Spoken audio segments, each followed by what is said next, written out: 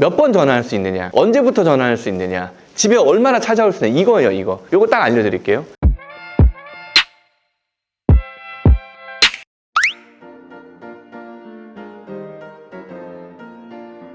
안녕하세요, 김민성 변호사입니다. 올해부터 이제 또 여러분들한테 새로운 영상들을 또 찍어 드려야 되는데요. 첫 번째로 뭘 할까 고민을 좀 해봤는데, 가장 현실적인 것들, 추심 관련한 영상을 다시 찍으려고 해요. 그래서 이 추심 관련된 영상을 2개 찍을 건데요. 합법적인 어떤 추심과 불법적인 추심을 좀 나눠보고요. 불법적인 추심을 막는 방법, 그 다음에 합법적인 추심을 막는 방법, 이렇게 영상을 찍어 보도록 할게요. 첫 번째는 불법적인 추심을 막는 방법이에요. 추심을 왜 하는 걸까요? 추심은 쉽게 얘기하면 돈을 안 갚으니까 돈을 달라고 전화를 하는 거예요. 돈을 못 받았기 때문에 돈 달라고 전화하는 건 사실 안 갚은 사람 잘못인 거지, 채권자는 잘못이 하나도 없어요. 하나도. 대부분의 추심 절차는 합법적인 절차에 따라서 일어납니다. 왜냐면 돈을 빌려주는 금융기관이 추심을 하는 게 대부분일 건데요. 그분들이 불법적인 일을 하겠어요. 그죠? 다만 사채업자나 미등록 대부업체, 아니면 금융기관에서 추심 위임을 받은 그런 일부 그런 추심업자들이 좀 불법적인 일들을 하는 경우들이 있기 때문에 요건 불법이고 이렇게 대응하세요라고 알려드릴게요. 일단 첫 번째는 적법한 권한이 없는 추심인이 추심을 하는 거예요. 쉽게 얘기하면 떼인 돈 받아들입니다, 이렇게 현수막 걸려 있는 것들 있잖아요. 아니면 무슨 화장실 스티커 같이 떼인 돈 받아들입니다 010 이렇게 적혀 있는 게 있단 말이에요. 그런 분들이 어떤 일을 하시는 분들인지 솔직히 몰라요. 제가 전화해 본 적이 없기 때문에 모르는데, 만약에 이런 돈 받는 일을 전문적으로 하는 그분들이 쉽게 얘기하면 깡패라든가 건달이라든가 그런 분들이라면, 사실은 그런 분들은 법적으로 이 추심업에 대한 권한을 받으신 분들이 아니잖아요. 그렇기 때문에 개인적인 돈을 만약에 주고받음에 있어서 우리가 못 갚았단 말이야, 뜬금없이 전화해서 욕을 한다거나, 아니면 나 누구누구 아는 사람인데요, 이런 식으로 해서 만약에 전화가 온다거나, 아니면 무슨 대부업체인데요, 이렇게 만약에 전화가 왔을 때 내가 받고 있는 추심이 뭔가 정상적이지 않다라는 촉이 오신다면, 그분의 이름, 직위라든가 소속한 회사, 추심에 대한 위임장 같은 것들을 보내달라고 해보세요. 그 다음에 거기에 만약에 문제가 있다면 제가 최종적으로 말씀드리겠지만, 금융위원회 불법사금융센터나 아니면은 법구공, 법률구조공단에 전화를 하셔서 그런 도움을 받으시는 게 좋을 것 같아요. 채무가 없는데 추심을 하는 경우들이 있어요. 요거는 2가지로 제가 한번 볼게요. 채권에 소멸시효라는 게 있는 건 다 아시죠? 소멸시효가 뭐냐면 채권의 유효기간 같은 거예요. 유효기간. 소멸시효가 보통 10년 정도로 알고 있는데요. 이 상거래 채권들, 그러니까 여러분들이 돈을 빌렸을 때는 대부분 금융기관을 통해서 빌렸을 거잖아요. 그거 5년이에요. 5년. 그 다음에 단기 소멸시효라고 해서 민법에 1년짜리도 있고 3년짜리도 있고 이렇거든요. 그 소멸시효가 지난 채권들이 가끔 있단 말이에요.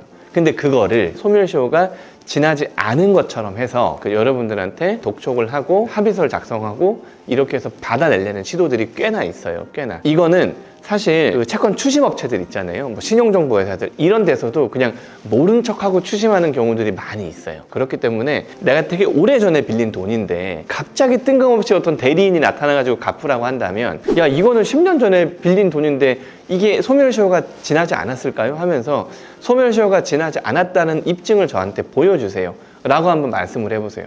그러면 갑자기 이거 지났네요 하면서 죄송합니다, 이런 경우들이 은근히 있어요. 저희가 그런 사건들 처리해 봤거든요. 그런 경우들이 있기 때문에 오래된 채권인 경우에는 소멸시효 도과 여부 확인하시고요. 그 다음에 2번째 뭐냐면, 사채를 빌려 쓰신 분들. 그러면 여러분들이 알고 계시는 것처럼 이자 제한법상의 이자가 연 24%인데 20%로 줄었어요. 얼마 전에. 그러면 1,000만 원을 빌렸을 때 연에 200만 원 이상의 이자를 받지 못하는데, 이 1년에 이자가 200만 원이 한도인데 우리가 1년 동안 2,000을 갚았다고 치면 그거 다 갚은 거예요? 덜 갚은 거예요? 이미 다 갚고 심지어 800만 원을 돌려달라고 할 수 있는 권리가 있는 거예요. 부당이득 반환 청구를 할 수 있단 말이에요. 그렇기 때문에 우리가 사채를 갖다 쓰고 원금 이상으로 엄청나게 갚았다고 생각을 하는데 계속 사채업자가 돈을 더 달라고 한다. 그러면 없는 채권을 추심하는 거랑 똑같은 거기 때문에 아까 말씀드린 금융위원회 여기나 아니면은 법구공에 문의를 해보셔야 돼요. 3번째, 추심업법을 위반한 추심이에요. 쉽게 얘기하면 우리가 돈을 안 갚았어. 그러면 추심을 할 거잖아요. 여기에 가이드가 있단 말이에요. 가이드가 법적으로 그냥 뭐 가가지고 막 무슨 뭐 문 막 발로 차고 막 깽판 치고 우리 엄마한테 전화하고 옆집 뭐 우리 그 직장 동료한테 막 전화해서 이 새끼가 돈을 갚았네 안 갚았네 이러면 안 될 거잖아요. 그죠? 너 이러면 안 되지 당연히. 그럼 채무자가 뭐가 돼요? 그죠? 안 되잖아요. 그런 것들을 다 법으로 정해놨단 말이죠. 거기서 제일 실무적으로 느끼는 건 뭐냐면 몇 번 전화할 수 있느냐, 언제부터 전화할 수 있느냐, 집에 얼마나 찾아올 수 있느냐, 이거예요. 이거 딱 알려드릴게요. 한 채권자당 2번 할 수 있어요. 2번 연락을 2번 할 수 있는 거예요. 하루에. 그럼 보세요.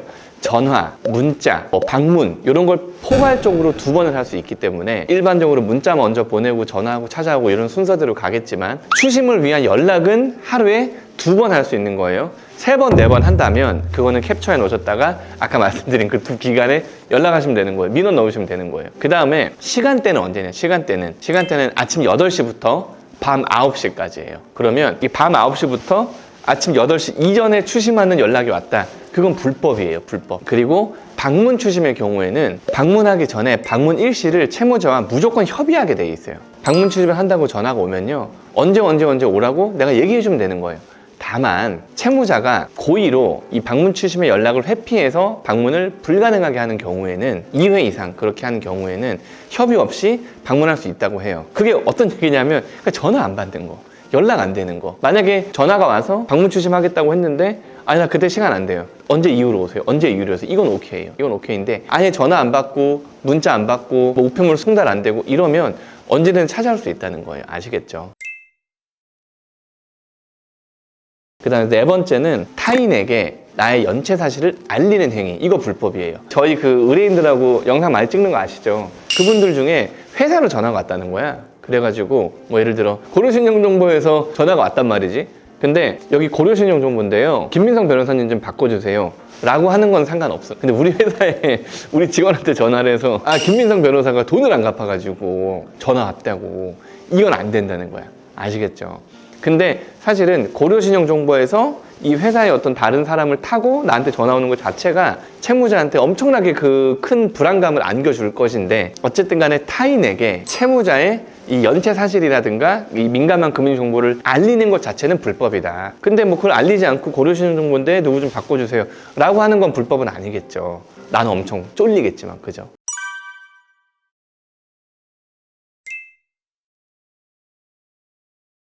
그 다음에 5번째는 개인 회생이나 파산을 했을 때, 그 다음에 뭐 워크아웃을 했을 때, 이럴 때 돈 갚으라고 전화하는 건 그건 불법이에요. 불법 추심을 해결할 수 있는 방법은 사실은 빚을 잘 갚는 거예요. 그 다음에 도저히 안 되겠다면 국가에서 정한 제도들을 활용해서 법적으로 막아내는 거예요. 회생, 파산, 워크아웃 요게 있죠. 다만 워크아웃 같은 경우는 그 신복이 회원사가 아닌 사람이 전화하는 건 어쩔 수 없겠죠. 그건 개인회생 같은 경우는 모든 채권자를 대상으로 금지명령이나 아니면 개시결정 효과 아니면 파산 선고 효과가 있기 때문에 그때는 뭐 법원의 어떤 그런 결정을 어기고 전화를 한다면 그거는 문제가 되겠죠. 구독과 좋아요 눌러주세요. 불법 추심이 뭔지는 아셔야 될 거잖아요. 그죠? 그 다음 이걸 어떻게 해결하시는지 아셔야 될 거잖아요. 적법한 권한이 없는 거. 그러니까 내 빚하고 아무 상관없는 사람이 전화해서 막 돈 갚으라고 막 뭐라 하고 욕하고 하면 그거 불법 추심인 거예요. 왜? 채권자가 하는 게 아니니까 그건. 2번째, 없는 채권을 추심하는 거. 오래된 채권 소멸시효가 지났다거나 아니면 이미 다 갚았는데 계속 채권에 껍데기가 있다라는 식으로 얘기한다거나, 그 다음에 추심화법을 위반한 추심, 밤에 전화한다거나 하루에 뭐 10번씩 전화한다거나 분명히 내가 거절 의사를 밝혔음에도 그냥 뭐 무작정 방문을 해가지고 뭐 추심을 한다거나 이런 것들. 그 다음에 4번째, 타인에게 나의 연체 사실을 알리는 행위. 그 5번째, 개인회생 파산이나 아니면 뭐 워크아웃이나 뭐 이런 것들을 했는데도 불구하고 계속 추심을 하는 경우. 이런 경우에는 아까 말씀드린 금융위원회 1332, 그 다음에 법구공 132 여기에 전화를 하시면 되는 거예요. 그러면 공무원분들이나 변호사님들이 여러분들의 어떤 불법 추심에 대한 피해를 막아주도록 열심히 노력을 할 거예요. 그 다음에 이제 뭐 개인회생이나 파산에 담당하고 있는 변호사님이나 대리인 사무실에 말씀하셔도 적극적으로 대응을 해드릴 거예요. 아시겠죠? 불법 추심에 대해서 이렇게 마치고요. 그 다음에 적법한 추심인데 이거를 막을 수 있는 방법, 아니면 이거를 좀 두려움을 없앨 수 있는 방법, 요거는 바로 다음 영상에서 알려드리도록 하겠습니다. 감사합니다.